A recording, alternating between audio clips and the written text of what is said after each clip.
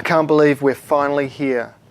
The very end of my 12-week fashion launch. And just as I thought, it's definitely been a wild ride.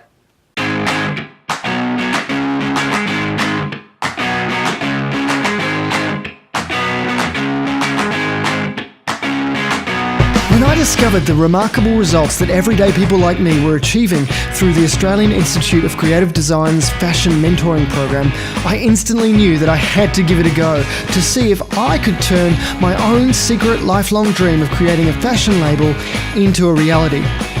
But to really put it to the ultimate test, I decided to squeeze their normal program into an insanely short time frame. So I'll be fast-tracking 12 months worth of research, planning, branding, design, web development, production, marketing, customer service, growth management, and so much more to see if I can build a brand new fashion label from scratch in just 12 weeks.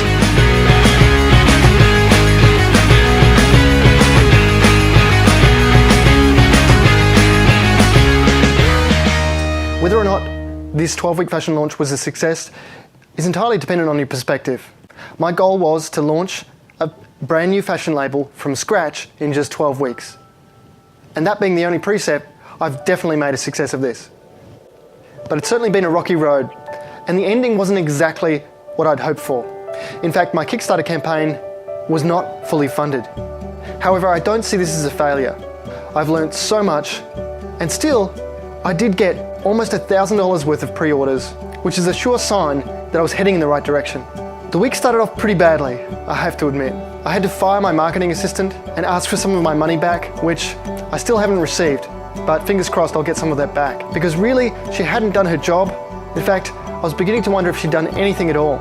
All she'd given me was a list of email contacts in my email marketing system, and when I looked at that list, it looked like what I would call a scraped list. Lots of info at email addresses, which to me says this is not a real list that would be of high value. So that was my first warning sign. And then it just came down to the crunch, a matter of time and urgency, and she just did not respond. So in the end, I had to let her go and take it all back on board to try and do myself. So this week has been extremely exhausting, a little deflating, but also a really great learning curve for me. I'm definitely a glass half full kind of guy, and I'm also a firm believer that we cannot fully understand the light until we've experienced the darkness. And in a marketing sense, what that means is that unless we've failed, we can't truly learn what's going to work for us. So whilst on some levels this week could be seen as a failure, all I can see is the incredible lessons that I've learned from it, the achievements that I have made during this time, and the potential of where it could go from here.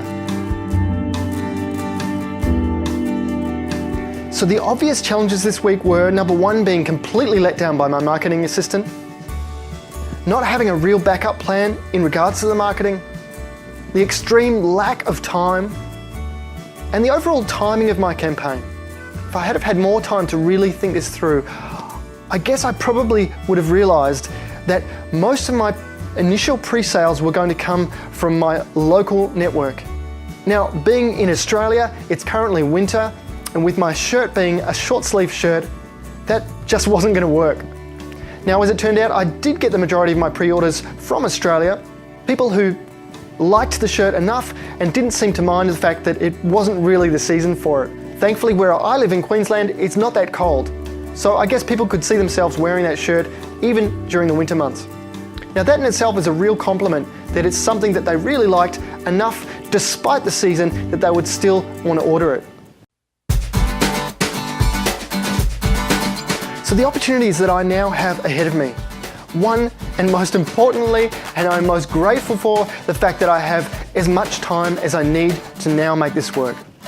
I'm not under any time pressures. I can set the schedule and I can make sure that every single aspect of my future campaigns and of course my garments are absolutely perfect, or at least as perfect as they can be. And with the luxury of time comes room for error and the ability to learn and move and shift and grow as things present themselves.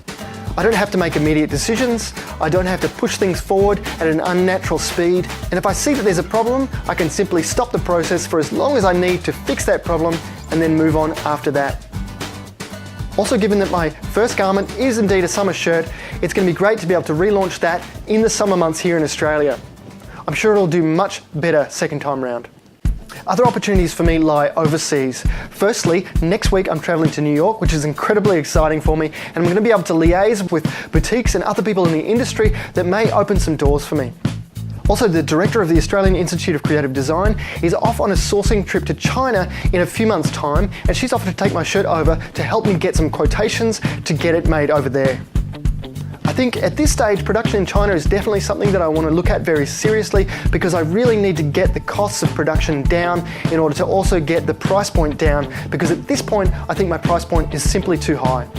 The final opportunity this week is that thanks to my Kickstarter campaign, I now have a list of people who are ready to buy. Over $1,000 of pre-order pledges already came in, and after the end of the campaign, I also had a number of other people who expressed their interest in buying my shirts. So of course, when the time is right and I relaunch the shirt, I will have all of those people as a starting point, and I'm sure the vast majority of them will want to buy the shirt at that point. Now, whilst it was an incredibly challenging week, at this point, I'm still excited about the fact that firstly, there were pre-orders, people wanted to buy my shirt. Secondly, I now get to have a bit of a rest because it's been an exhausting 12 weeks. And finally, I feel like I've made a genuine start, that I've launched something that is the basis of a real fashion brand. And whilst there is obviously still a long way to go with it, I have achieved an incredible amount in the last 12 weeks alone. Certainly, after having spoken to people who have launched similar fashion labels like this, I was very encouraged to find that most of them had not achieved what I had achieved in 12 months, let alone in the first 3 months. Now, those who had had mentoring had achieved a whole lot more in that time. So what is clear to me is it was that mentoring by the Australian Institute of Creative Design that really has made the significant difference here. I am absolutely sure that without that mentoring, I would not have achieved even half of what I have in this 12 weeks. In fact, I'm pretty sure that I would have given up after the first few. Because honestly, there's so much to understand, so much to learn, and a real need to have somebody skilled and experienced like that on your team, helping you along, giving you advice, and giving you that much needed push when you need it.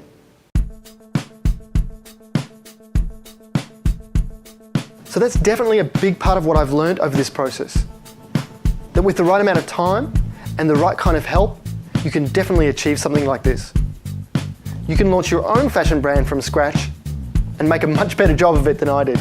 And conversely, without that level of help, the sort of help that I got through the fashion mentoring program at the Australian Institute of Creative Design, I don't know that it would be possible. Definitely not in 12 months, and probably not even in a much longer time frame. It's a very challenging industry. There's so much to learn, so many things to think about. You really need the right kind of help on your team. There are, of course, lots of other things that I learned along the way. One of which is to really pay attention to what's happening in the global climate. And I don't mean the temperature, although obviously season is important if you're releasing something that's season appropriate. But also at the time that I've launched, there's been a lot of unrest in the luxury clothing industry and in the economic climate generally. Now, I think that can really play a part in whether or not people are willing to spend more money on things like fashion. And I think it's okay that when you get to a place where you're ready to launch but you feel like your audience is uncertain, that maybe you could hold off until a better time. Now, obviously that's not always possible, but it's definitely something to consider.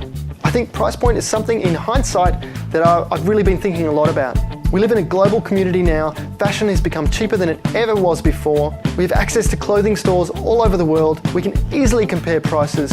I think you've really got to be something special in order to have a much higher price tag. And so if your production costs are really high, then maybe it's worth considering finding production somewhere else in a country like China. The other thing that I've learned is that it's okay to fail. We learn so much through failure. It's really a helpful part of the process. And it shouldn't be seen as anything else but that. It's inevitable that at some point we are going to fail, and it's much better to fail early when the stakes are low rather than failing later when the stakes are much higher and you have much more invested. So with everything that you do, test and measure, test and measure. See where things are not working and ask yourself why. See where things are working and make sure that you do more of that. It's really pretty simple, but it does require time. It's not something that you can do across a 12-week process like the one that I've just done. Of course, now I'm in a great position where I have that luxury of time. I I can use the lessons that I've already learned, and of course the lessons that I'll no doubt learn in the coming months to form the basis of a really solid brand.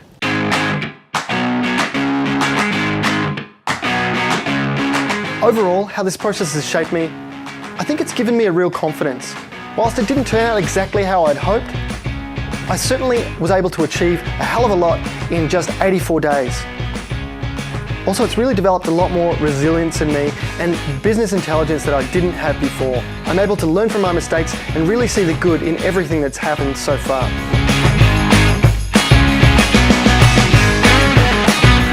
Okay, so here's the tally. Across 84 days, 12 weeks, approximately 3 months, I spent around 240 hours of my own time. Plus, I spent around $2,000 covering items like patterns, fabrics, prototypes, trims, postage, website registration, marketing, Facebook advertising, and a bunch of other miscellaneous things.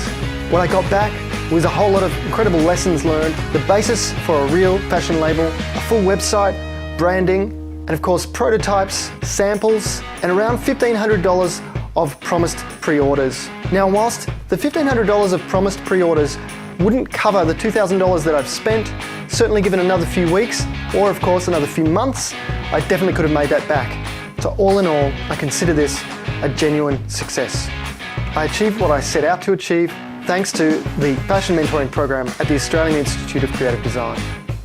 And now I just can't wait to see what the next 12 weeks will hold for me.